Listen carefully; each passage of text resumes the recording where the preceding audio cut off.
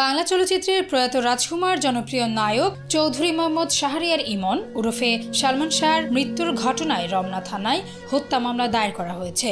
গত সোমবার মধ্যরাতে রাজধানীর রমনা থানায় এই মামলা করেন সালমান শাহর মামা আলমগীর কুমকুম।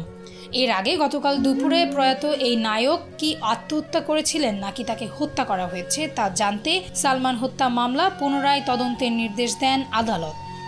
এই মামলায় প্রথম আসামি হিসেবে অভিযুক্ত করা হয়েছে সালমানের প্রাক্তন স্ত্রী সামিরা হককে। অন্যান্য আসামিরা হলেন ব্যবসায়ী আজিজ মোহাম্মদ ভাই, লতিফা হক লুসি এবং খলনায়ক ডন।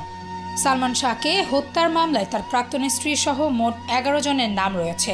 এছাড়াও অজ্ঞাতনামা বেশ কয়েকজনের নামে হত্যা মামলা করা হয়েছে। সালমান শাহর মামা আলমগীর কুমকুম গণমাধ্যমকে বলেন, সালমান শাহর বাবা ম্যাজিস্ট্রেট ছিলেন। উনি অনেক চেষ্টা করেছে অপমৃত্যুকে হত্যা মামলায় রূপান্তর করতে। চেষ্টা করতে করতে উনিও দুনিয়া থেকে চলে গেলেন। এখন এতদিন পর এটা হয়েছে।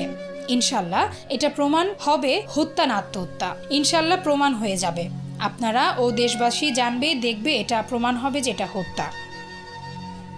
বাদীপক্ষের আইনজীবী ফারুক আহমেদ গণমাধ্যমকে বলেন, 11 জন সহ অজ্ঞাতনামা আরও কিছু আসামি হতে পারে। আমরা এখানে একটা অপশন রেখেছি, উল্লেখ থাকবে যে যদি কেউ মারা যায় তাহলে তাকে এই মামলা থেকে বাদ দেওয়া হবে। 1996 সালের 6 সেপ্টেম্বর ঢাকার স্কাটনের বাসায় ফ্যানের সঙ্গে ঝুলন্ত অবস্থায় সালমান শাহর মরদেহ উদ্ধার করা হয়।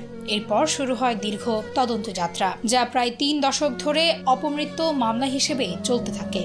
পরবর্তীতে পুলিশ ব্যুরো অব ইনভেস্টিগেশন তাদের চূড়ান্ত প্রতিবেদনে সালমান শাহ আত্মহত্যা করেছেন বলে মত দেয়।